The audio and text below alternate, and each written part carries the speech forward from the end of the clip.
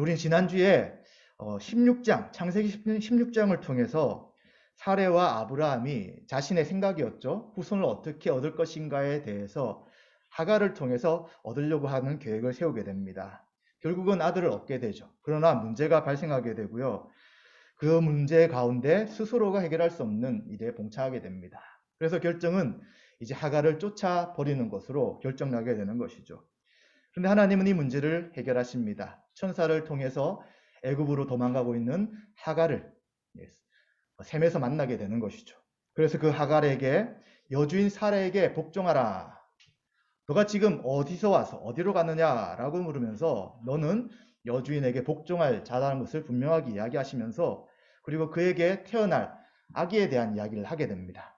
이제 자손이 태어나는데 이스마엘이라 할 것이고 그리고 강한 민족을 큰 민족을 이룰 것이다 하는 약속을 하게 되는 것이죠. 이제 그 하갈은 천사를 만난 후에 다시 돌아와서 여주인 사라에게 복종하게 됩니다. 그리고 드디어 아들을 낳았을 때에 아브라함이 그 아들의 이름을 이스마엘이다 라고 이름을 짓게 되죠.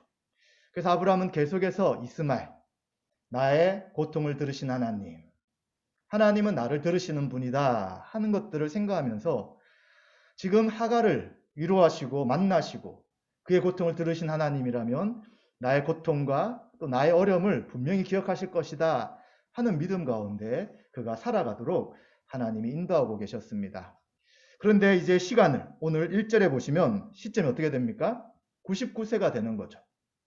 그가 10년을 기다린 시간이 참 긴 시간이었어요. 그런데 이제 하갈을 통해서 이스마엘을 낳았던 86세가 지나서 13년이 지난 99세에 하나님이 다시 나타나시게 됩니다. 그래서 우리는 지난주의 말씀을 통해서 우리 성도에게도 하나님의 약속이 분명히 있지만 그 약속 가운데 인내가 필요한 것입니다. 당장 그 약속이 이루어지지 않기 때문에 인내가 필요한 것이고요.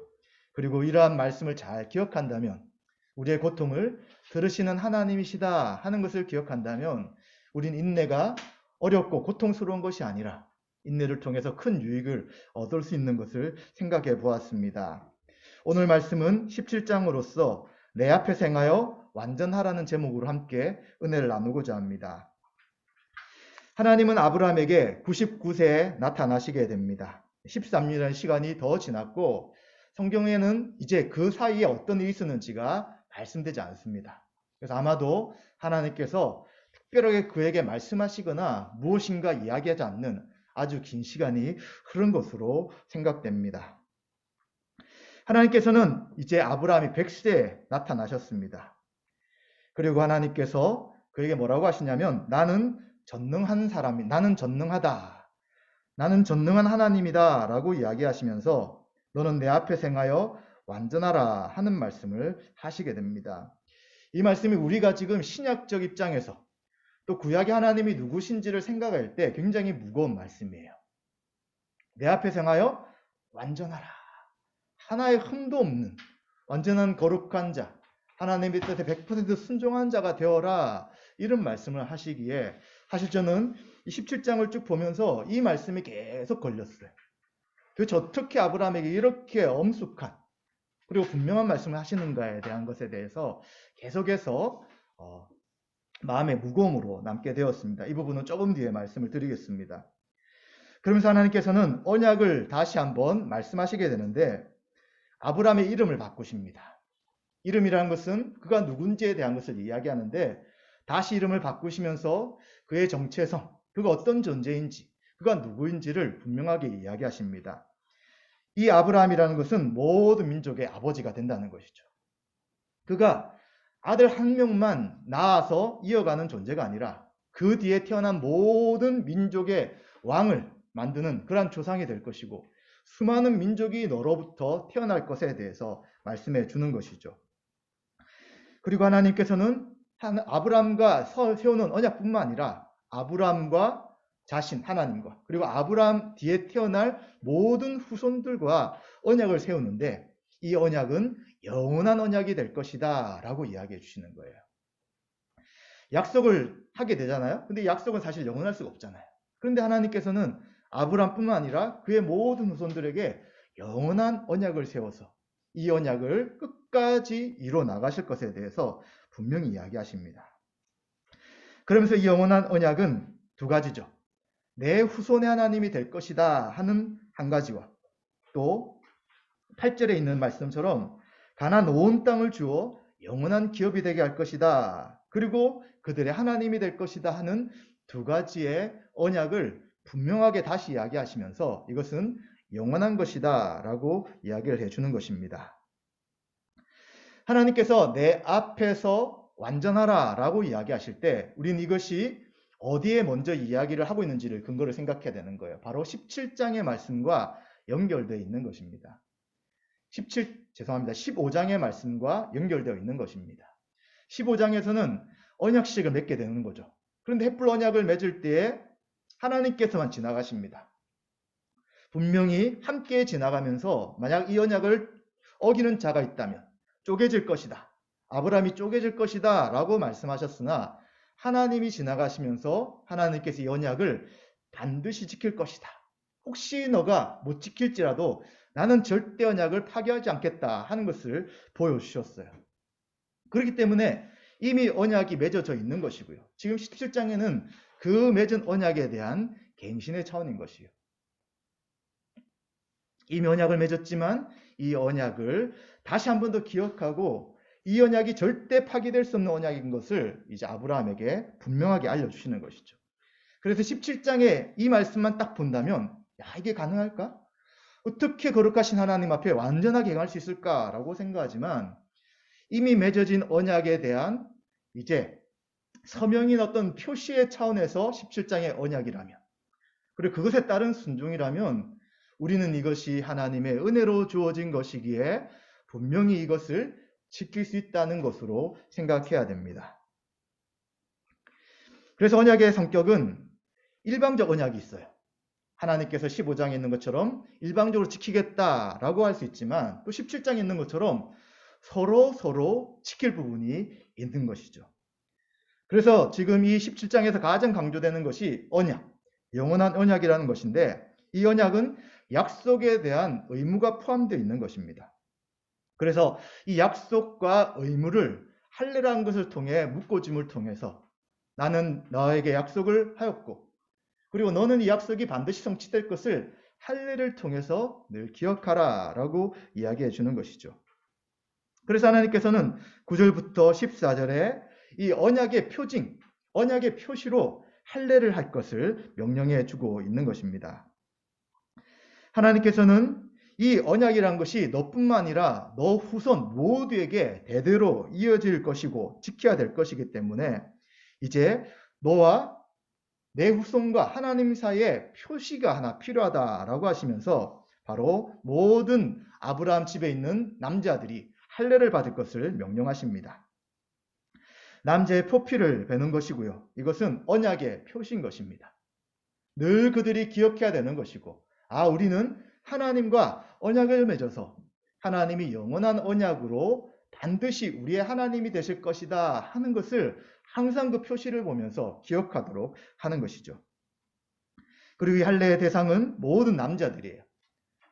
태어난 자도 마찬가지고 사왔던 자도 마찬가지고 모든 남자들은 다 할례를 받아야 되고 그리고 8일이 된 때부터는 이제 모든 자가 다 할례를 받을 것이다 라고 이야기합니다.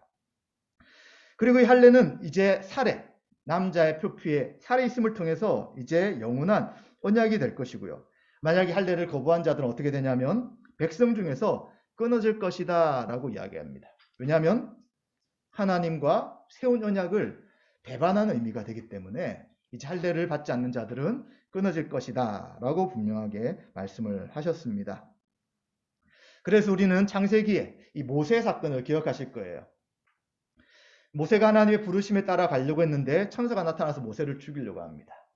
그래서 그 부인이 깜짝 놀라서 그 아들을 이제 할례를 함을 통하여 이제 모세가 죽음에서 놓아지게 되어서 이제 그러한 사건이 있었던 것처럼 영원한 언약에 대한 것을 이제 남자들에게 기억하게 하시고 또 그것을 통해서 하나님이 우리의 백성인 것을 알려주시는 것이 바로 하나님이 아브라함에게 요청하신 언약의 표지이고요. 그리고 내 앞에 행하여 완전하라고 하신 그것의 하나의 순종의 모형이다라고 말할 수 있는 것입니다. 그래서 앞부분 봤을 때는 어떻게 하는 것이 완전한 것인가 라고 생각할 수 있지만 15장에 언약하시고 그 언약을 이제 기록하게 하시는, 잊어버리지 않게 하시는 의미의 할례가 바로 너가 내 앞에 행할 완전한 행동이다. 이것을 순종해야 한다. 너뿐만 아니라 후손들과 마찬가지다. 라고 이야기를 해 주시는 것이죠. 하나님은 이제 더 나아가서 이 사례에 대한 이야기도 아브라함이 하시게 됩니다. 15절과 21절에 보시면 이제 사례를 뭐라고 이야기하라고 하냐면 사라라고 이야기합니다. 이 사라도 모든 나라의 열국의 어미다 하는 뜻을 주게 되는 것이죠. 사라는 여러 민족의 어머니가 될 것이고요. 여러 민족의 여러 왕이 그에게서 나올 것이다 라고 합니다. 아브라함이란 하나님의 말씀 앞에 하나님 나타나셨을 때 엎드리게 되죠. 마찬가지로 17절에도 엎드려요. 그런데 어떻게 합니까? 이 이야기를 들었을 때 웃는 거예요. 허허허 웃어요. 그리고 마음속으로 뭐라고 생각하냐면 나는 지금 100세인데 어떻게 자식을 낳을까? 그리고 내 부인 사라는 10살이 어려서 90세인데 어찌 출산할 것이냐? 14년 전으로 돌아가 보십시오. 그때도 사라는 아기를 낳을 수 있을 것이라는 확신을 갖지 못했어요. 낳을 수 없는 상황이었죠. 그래서 그 여종을 통해서 양자를 삼겠다라고 생각했는데 이제 시간이 더 지나버렸습니다. 그래서 아브라함이 생각했을 때 도저히 우리에게는 자식이 태어날 수 없는데 이것이 도대체 무슨 이야기인가 하고 웃는 것이죠. 분명히 하나님은 전능하신 하나님이라고 이야기하셨어요. 그리고 그도 그 앞에서 엎드리지만 그러나 자신의 한계를 뛰어넘는 하나님의 말씀. 이스마엘 정도는 될 것인데 이제 어느 정도 나이가 차고 있잖아요. 13살. 13살이 되어서 조금만 더 지나면 성인의 나이가 되는데 이스마엘을 통해서 후손을 이어간다는 것은 내가 이해가 되지만 이스마엘이 아니, 너와 사례를 통해서 자식이 태어난다라고 할 때는 이것에 대해 그는 동의하기가 어려웠던 것입니다. 그런데 하나님 뭐라고 하시냐면 19절을 보시면 내 아내 사라가 내게 아들을 낳으리니 너는 그 이름을 웃음이라 하라. 이삭이 웃음이란 뜻이에요. 속으로 웃으니까, 속으로 말도 안 된다고 생각하니까 사라를 통해서 낳을 아이는 웃음이다 라고 이름을 정해 주시는 것입니다. 그러면서 이야기하시죠. 20절에 이스마엘에 대한 이야기는 내가 들었다. 그에게도 복을 주고 그를 크고 매우 강성하게 해서 번성케 하고 12두령을 12우두머리를 낳을 것이다. 이스라엘의 12지파처럼 12왕을 줄 것이다 라고 이야기하지만 그러나 분명히 이야기하시는 거예요. 내가 세우는 언약이란 것은 내가 내년 이 시기에 사라가 내게 낳을 이삭과 세울 것이다 라고 이야기하시면서 이제 하나님의 언약, 하나님의 약속이 어떠한지에 대한 모든 구체적 계획을 다 행해 주시는 것입니다. 그래서 아브라함은 이스마엘이나 다른 존재와 언약이 맺어지는 것이 아니라 아브라함과 사라를 통한 아이 이삭을 통해서 하나님이 영원한 언약을 세워나갈 것에 대해서 분명하게 말씀하게 되는 것이죠. 이런 말씀 마치고 하나님은 올라가시게 되고요. 이제 아브라함이 이러한 말씀을 다 듣고 하나님 앞에 행하여 완전하라고 하신 그 말씀에 순종하게 됩니다.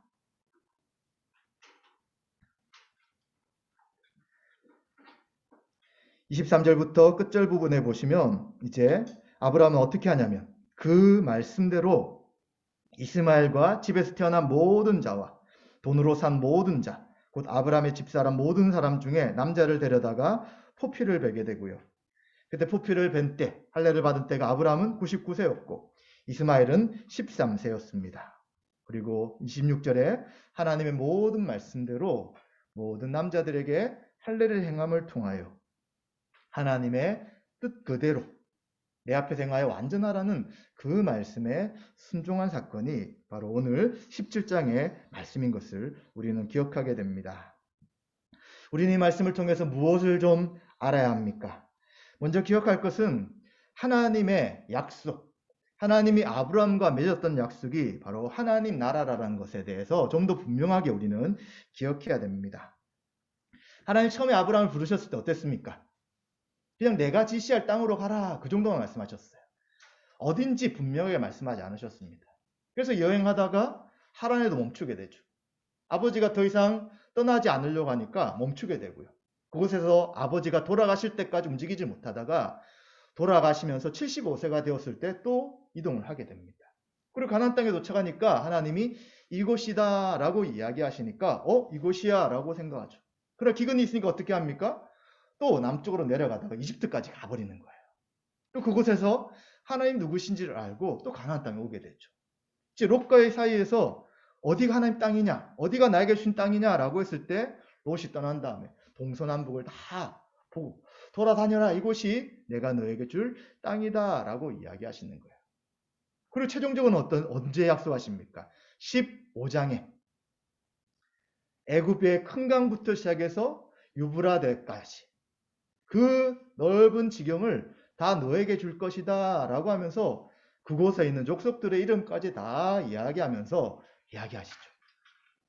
그리고 그 땅에 대한 것을 좀 더 구체적으로 당장 얻는 것이 아니라 너는 편안하게 죽을 것이고 너희 후손들이 4대 만에 애굽에서 고통을 당하다가 다시 이 땅에 돌아올 것이다 라고 이야기하시면서 하나님의 약속이 처음보다 더 구체화되면서 최종적으로 이루어져 가는 거예요.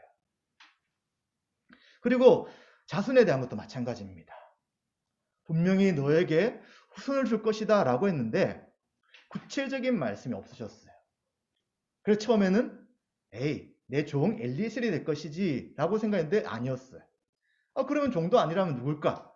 나를 통해서 난다면 사라는 아니래도 여종을 통해서 될 수 있겠지. 하가를 통해서 이스마엘 낳았지만 이스마엘도 아닌 거예요. 결국은 누굽니까? 아브라함과 사라. 자식을 낳을 수 없는 불가능한 그들을 통해서 하나님께서 후손을 줄 것이다 라고 하면서 이제는 이름까지도 분명히 이야기해 주시는 거예요. 기간도 내년 이 시기에 사라를 통해 낳을 이삭과 영원한 언약을 맺을 것이다 라고 이야기해 주시는 것이죠. 그래서 하나님께서 처음에 부르심이 분명히 있었으나 그 부르심이 점점 분명해지다가 지금은 땅과 자손에 대한 것이 어떻게 이루어질 건가에 대한 것을 분명하게 이야기를 해 주는 것입니다. 그럼 하나님 나라가 어떠한 요소가 있다고요? 네, 하나님이 다스리실 때 하나님의 백성이 있어요. 아브라함과 사라를 통한 이삭과 그의 모든 후손들이 바로 하나님의 언약 가운데 있는 백성이 되는 것이죠. 그리고 또 다스린 땅은 어디입니까? 우선은 가나안 땅이 되는 것이에요. 하나님 약속하신 그 땅을 차지하고 영원한 기업을 줄 것이다 라고 말씀하시는 것이죠.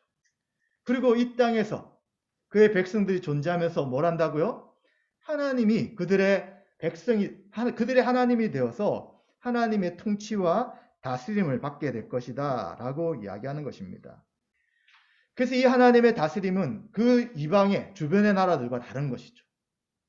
공평하고 정의롭고 그리고 온전한 것이고 그리고 풍성한 모든 것들을 제공하시는 하나님의 통치가 이루어질 것이고 그리고 그 통치 안에 살 때에 가난함이 없어질 것이고 하나님 안에서 모든 자들이 참된 평화를 누릴 것에 대해서 분명히 약속하신 것이 바로 하나님 나라에 대한 약속이었습니다. 자, 이러한 말씀만 딱 생각한다면 그러면 구약에 있는 이스라엘 백성들만이 하나님의 백성이 되고 그리고 지금 실제적 지리가 있잖아요. 그 땅이 있잖아요.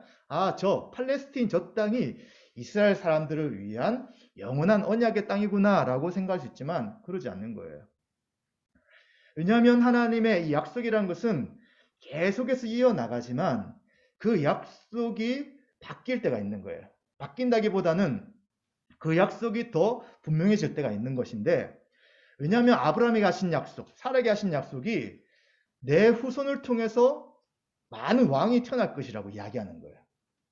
혈통적 이스라엘 민족을 말하는 것이 아니라 아브라함을 통해서 많은 민족 그리고 온 열방들이 구원받게 될 것에 대한 것을 이야기하시는 것이죠. 그래서 지금 이스라엘 사람들이 이야기하듯이 우리 땅은 이 땅이고 이 땅에 절대 다른 민족이 들어올 수 없다. 다 쫓아내야 된다라고 하면서 전쟁을 일으키는 것은 성경과는 전혀 관계없는 이야기인 것입니다. 그리고 자기들만 우선 혈통이다라고 하면서 선민사상을 가진 것도 바보 같은 이야기죠. 실제로 역사적으로 볼 때도 그들에게는 피가 이미 다 섞여버렸지 온전한 유대인 혈통을 찾기는 거의 어렵다고 이야기하고 있습니다. 그래서 도대체 이 약속이 어떻게 더 분명해지느냐라고 했을 때 이 아브라함의 자손, 후손이라는 것은 로마서 14장 16절에 있는 말씀처럼 아브라함은 우리 모든 사람의 조상이다라고 이야기하는 거죠. 우리 모든 사람의 조상이라고 할 때 누구를 말하는 것입니까? 믿는 자예요. 예수 그리스도를 믿는 믿음으로 의롭게 된 자들이 아브라함의 약속을 받은 후손 가운데 있게 된다는 것입니다. 왜 그것이 가능한가요? 아브라함의 자손이라 할 때 바로 그 자손은 갈라디아서 한 명이라고 이야기하는 거예요. 예수 그리스도를 이야기하시는 것이죠.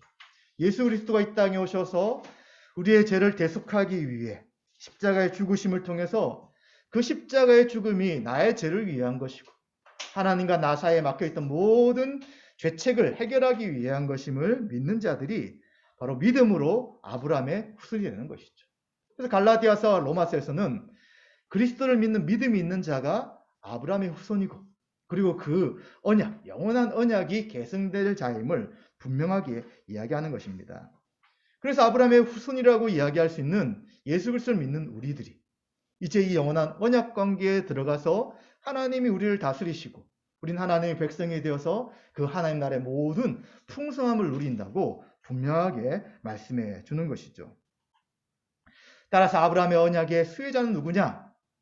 혈통적 이스라엘을 말하는 것이 아니라 바로 예수 그리스도를 믿는 우리 한 사람 한 사람, 지금 이곳에서 예배드리고 또 온 세계에서 예수 그리스도를 믿는 믿음으로 예배드리는 성도들과 그리고 그 믿음을 지켰던 우리의 먼저 순교하시고 돌아가신 조상들을 다 포함한 그리고 또 우리 후대에 믿을 모든 자들을 다 포함한 자들이 바로 예수 그리스도의 십자가를 통하여 그 언약을 믿게 된 자들이 하나님의 언약 백성으로 존재할 것이다 하는 것들을 분명히 이야기하는 것이죠.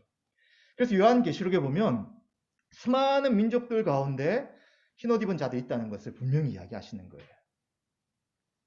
그렇기 때문에 우리는 아브라함의 이 약속이 3500년 전의 이 약속이 바로 지금 현재 이 2022년을 살아가는 우리들에게 적용이 되어서 그 하나님의 통치가 지금도 누려진다는 것에 대해 우리는 감사하며 찬양하며 영광 돌려야 되는 것입니다. 이것을 우리가 안다면 어떻게 합니까? 아브라함의 삶을 점점점 보게 되면 야 정말 나도 저런 믿음의 사람으로 살고 싶다. 하나님을 더 알고 하나님 뜻대로 순종하고 싶다 이런 마음이 생기잖아요. 그것이 지금 우리가 교회 안에서 또 이제 우리가 살아가는 현장에서 그러한 삶을 살면서 하나님과 관계를 가지며 누릴 수 있다는 것을 우리는 기억해야 되는 것입니다. 그리고 또 우리가 또 한 가지 더 생각해 볼 부분은 이런 하나님의 언약을 믿는 우리 성도들은 이제 무엇이 더 필요할까요? 믿음의 성숙이 계속해서 필요합니다. 다른 표현을 한다면 성화이고요. 또 다르게 표현한다면 거룩한 삶이 우리 가운데 필요한 것을 생각해야 합니다. 이미 말씀드렸지만 17장에 내 앞에 행하여 완전하라 이런 말씀은 15장의 언약 체결식을 전제로 우리는 이해되는 거예요. 이것을 이해하지 못하면 그래 하나님 앞에 내가 완전해야지 열심히 노력하고 애쓰고 선한 행동을 한다면 나 하나님 앞에 이제 거룩한 자가 되었어요. 의롭게 살 수 있는 자가 되었어요. 나 하나님 앞에 완전해요. 이렇게 말하지만 그게 아닌 거예요. 왜 그렇습니까? 하나님의 기준이라는 것은 날마다 항상 모든 말씀을 다 순종해야 되는데 우리는 그럴 존재가 아니라는 것입니다. 그렇기 때문에 하나님 약속이 먼저 있고요. 그 약속 가운데 작은 하나의 순종 우리에게 요구하시는데 아브라함 때는 할례였던 것입니다. 그러기에 우리들에게도 예수 그리스도를 믿는 믿음으로 의롭게 되었다면 이제 계속적인 믿음의 삶 가운데 신앙의 성숙이 필요하다는 거죠. 예수님을 닮아가는 인격적 성숙이 필요한 것이고요. 그리고 우리의 신앙의 모습 속에 실제로 거룩함이 나타나는 그러한 성화의 과정이 우리 신자에게 반드시 필요하다는 것입니다. 하나님께서 아브라함에게 나타나셔서 계속해서 그에게 하나님 누구신지를 보여주시죠. 또 오늘 나눌 18장에 보면 더 놀라운 사건이 또 나타나요. 야, 저런 존재가 아브라함인가? 하나님이 신자에게 요구하는 것이 저 정도인가? 라고 할 정도의 굉장히 놀라운 모습이 또 나타나듯이 우리 신자는 예수님 믿어서 참 좋네요. 하나님 통치가 있어도 난 참 평안해요. 그것뿐만 아니라 우리가 예수 그리스도를 믿기 전에 우리 가운데 있었던 이 죄의 본성, 이것으로 인해서 죄를 치유하려고 습관적으로 남겨져 있던 이러한 문제들과 늘 싸워야 되는 거예요. 그냥 중력과 비슷할 때가 있어요. 자꾸 우리를 끌어당겨요. 야, 너 옛날에 이렇게 살았지 않느냐? 근데 왜 또 별스럽게 살려고 해? 그냥 주일에 한 번 교회 가서 예배 드리면 되지. 나머지 날은 네가 원하는 대로 살아도 괜찮아. 하나님 뜻이 이것지만 세상 사람들은 그렇게 살지 않는데, 또 다른 사람들 봐, 저렇게 사는데 굳이 너가 하나님 말씀을 철저하게 따를 필요가 있겠어? 이런 생각들이 우리 가운데 계속 충돌되는 거예요. 왜냐하면 세상은 하나님의 통치를 따르지 않기 때문에 따르지 않는 사람과 늘 우리가 살아가는 거죠. 그러니까 우리 생각이 자꾸 혼돈이 생기는 거예요. 저렇게 해도 되지 않을까? 365일 중에 53주 중에 한 주일인데 한 주일 정도는 그냥 빠져도 되지 않을까? 그리고 오늘 하루는 이렇게 살아도 되지 않을까? 어떻게 늘 주를 위해 살아? 나 자신을 위해 살아야지. 내가 더 중요하지. 늘 이런 생각들이 우리 가운데 오게 되는 것이죠. 이럴 때 우리가 하나님의 사람으로서 신앙의 성숙으로 나아갈 수 있도록 무엇이 우리 가운데 역사할까요? 말씀이 역사하는 것입니다. 말씀에 충만함이 있을 때 성령님께서 그 말씀으로 우리의 생각을 바꿔주시는 것이죠. 그리고 그 수많은 유혹들을 말씀으로 막아서고 신자가 어떻게 사는 것이 하나님 기뻐하신지를 성령님이 인도하시고 이제 그 뜻대로 살아갈 때에 죄와 싸움 가운데 승리하며 믿음의 삶을 살아갈 수 있게 되는 것입니다. 사실 우리는 우리 자신에게 시간을 참 많이 쓰고 싶어요. 그리고 다른 사람이 도움이 필요할 때 좀 더 우리 냉정하게 그 사람을 도울 것인지 도우지 않을 것인지를 생각하게 됩니다. 그런데 성경의 많은 믿음의 인물들은 그런 결정이나 그런 고민을 하지 않는 것을 보게 돼요. 즉각적으로 하는 것입니다. 이게 하나님 뜻이라고요? 네. 하나님이 기뻐하신다고요? 네. 저 사람을 도와야 된다고요? 네. 이거 하나님께 드려야 된다고요? 네. 이런 모습을 보는 것이죠. 근데 만약 아직도 우리가 어떤 것에 대해 망설이고 이렇게 되나 저렇게 되나 라고 생각한다면 성령님께서 계속해서 우리에게 망설이지 말고 말씀에 따르고 순종하도록 우리를 도전하신다는 것을 기억해야 되는 것입니다. 그래서 우리는 이 정도 살게요 라고 생각하고 있을 때라도 계속해서 하나님께서는 성령님을 통해서 우리를 인도하시고요.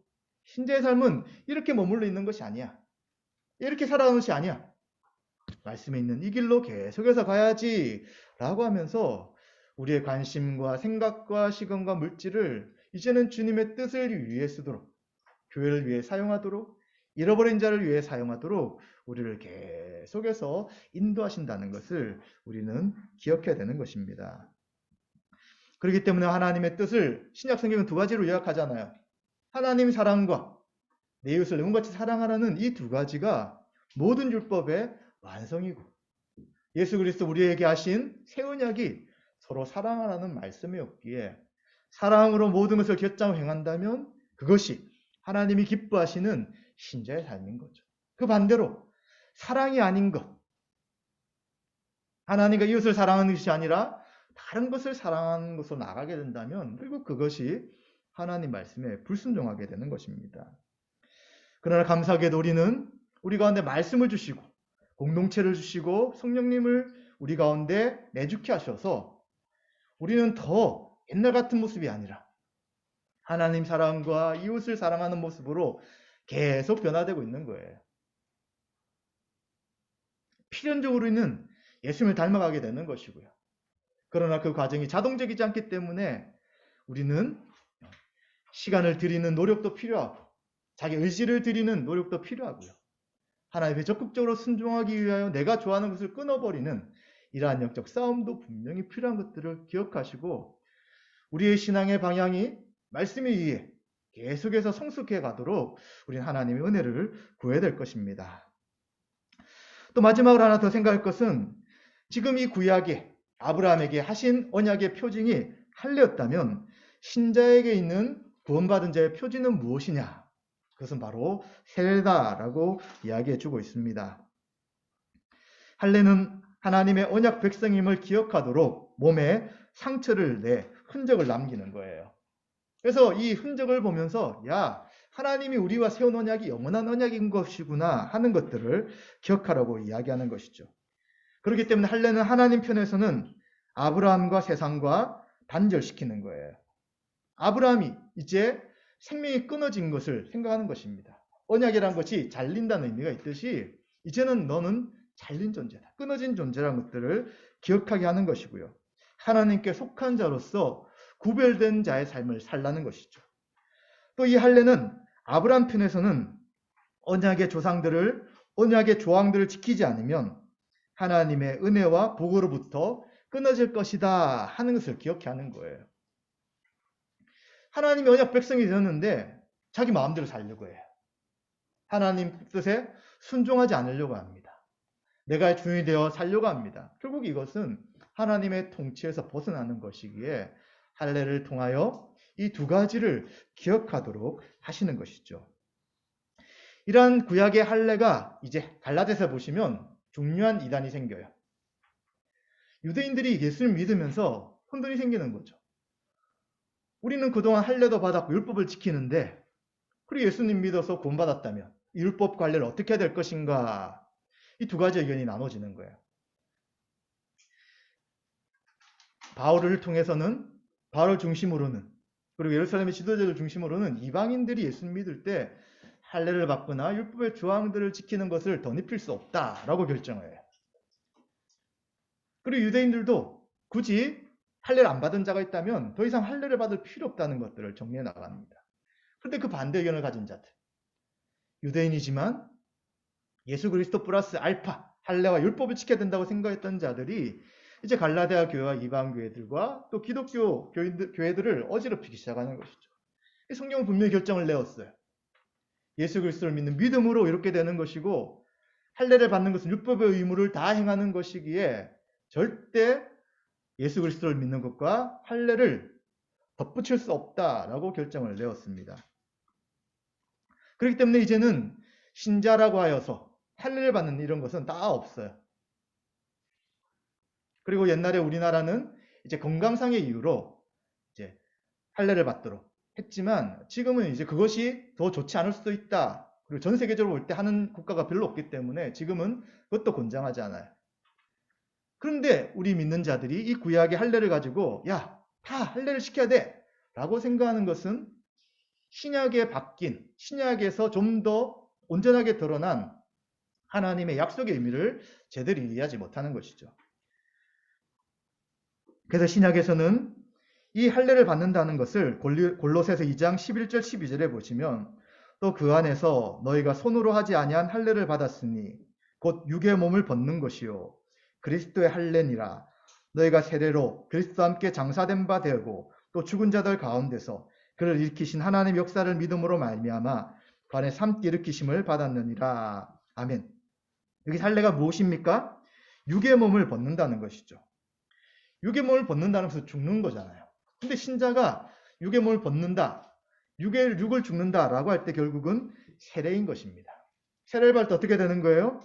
그리스도의 십자가의 죽음의 공로를 통해 이제 나의 옛사람은 죽고 이제 그리스도의 부활의 생명으로 새 사람은 살아나게 되는 거잖아요.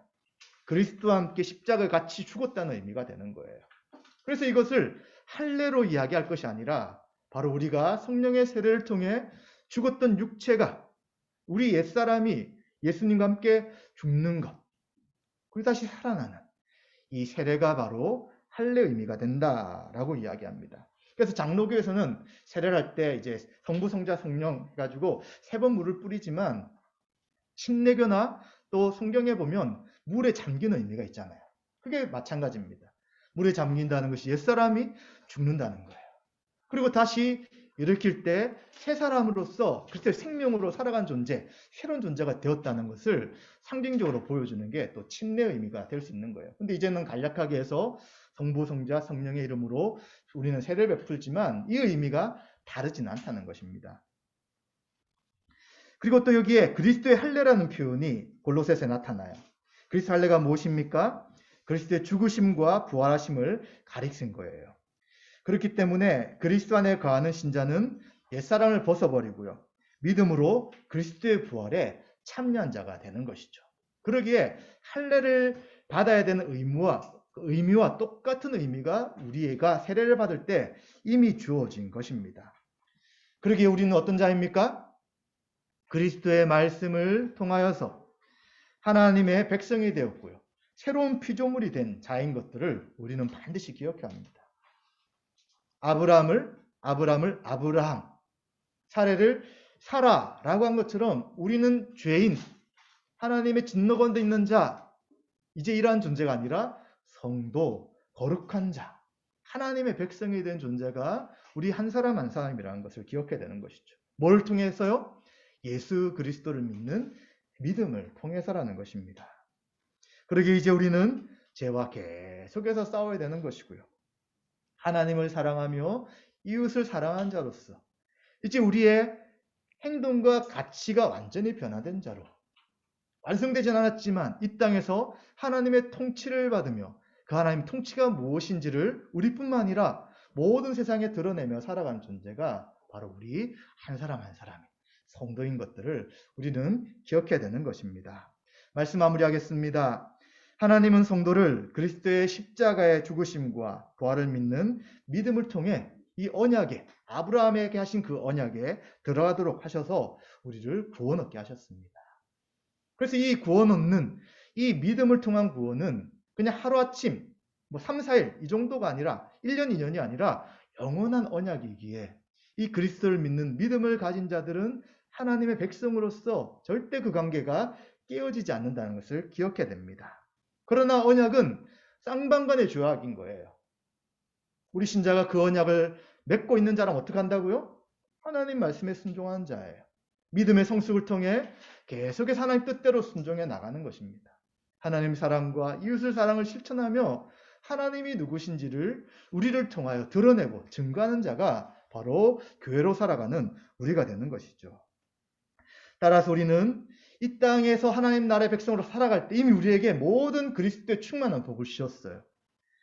그래서 그 복을 받은 자인 것을 기억하고요. 믿음의 흔들림이 계속 생길 수 있습니다. 그러나 계속해서 믿음을 잃어버리지 않도록, 믿음이 약해지지 않도록 서로 격려하고 말씀 가운데 거했으면 좋겠습니다. 그리고 죄와 싸우는 신앙의 성숙한 신앙 싸움을 위하여 계속해서 전진해 나가고요. 힘들고 어렵죠. 또다시 내가 싸워야 될 것인가? 나는 어쩔 수 없어 라고 포기할 수 있는 마음이 들을지라도 죄에 굴복하지 마시고 또 우리의 본성에 굴복하지 마시고 믿음으로 싸워 승리하시는 저와 여러분 되시기를 주님의 이름으로 축원드립니다.